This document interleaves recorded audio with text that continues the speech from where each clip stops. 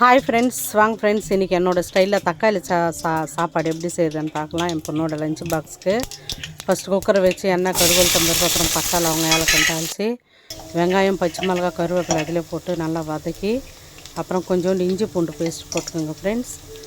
அப்புறம் வந்துட்டு நான் ஒரு 3 தக்காளி, நல்லா பெரிய தக்காளி 3 தக்காளி, ஒரு 2 வெங்காயம் அப்படி வச்சு தாளித்தேன்.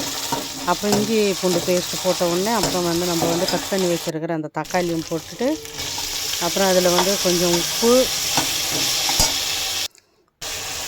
அப்புறம் கொஞ்சம் மஞ்சத்தூள், அப்புறம் மிளகாத்தூள் போட்டு அது நல்லா வதங்கி வந்த உடனே நான் 1 கிளாஸ் அரிசி எடுத்துருக்கேன் ஃப்ரெண்ட்ஸ். அந்த 1 கிளாஸுக்கு 2 கிளாஸ் தண்ணி, இது சாப்பாட்டு அரிசி தான் போட்டுட்டு அப்புறம் என்னோடய குக்கரில் 3 விசில் விட்டால் கரெக்டாக சாப்பாடு வெந்து வந்துடும் ஃப்ரெண்ட்ஸ்.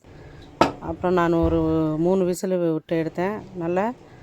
நல்லா சுவையான தக்காளி சாப்பாடு என்னோடய ஸ்டைலில் ரெடி ஃப்ரெண்ட்ஸ். பாய்.